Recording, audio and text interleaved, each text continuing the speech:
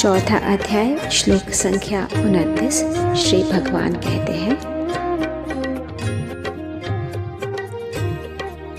कुछ प्राण में हो में अपान व प्राण वायु अपान में, कुछ रोक प्राण अपान प्राणायाम ही के ध्यान में।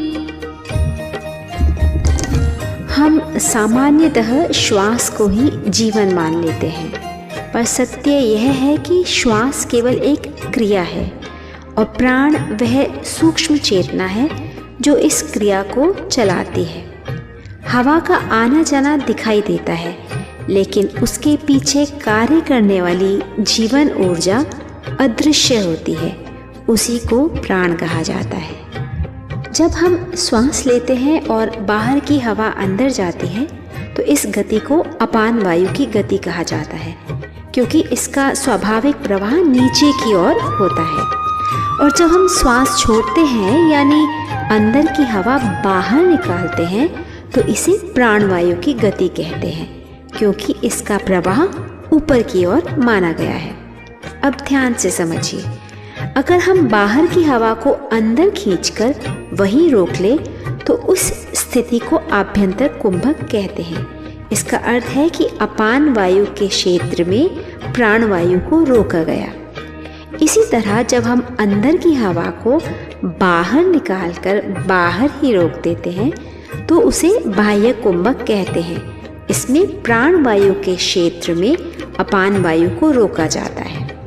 बार बार और सही ढंग से ऐसा अभ्यास करने से मन की चंचलता धीरे धीरे शांत होने लगती है। जब मन शांत होता है तो इंद्रियों की विषयों की ओर दौड़ भी कम हो जाती है और व्यक्ति का ध्यान सहज ही अंतःकरण और परमात्मा की ओर लगने लगता है। लेकिन यहाँ एक बहुत ज़रूरी बात समझनी चाहिए। प्राणायाम कोई साधारण अभ्यास नहीं है, यह एक गहन और सूक्ष्म विज्ञान है।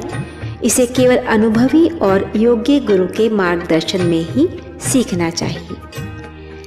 अब श्लोक का अगला भाव समझिए।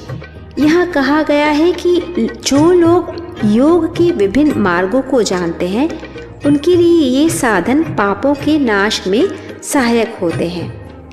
पर इन सभी साधनों में एक बात समान है, उन्हें निष्काम भाव से करना, अर्थात साधना या यज्ञ केवल परमात्मा की प्राप्ति के लिए ही होना चाहिए।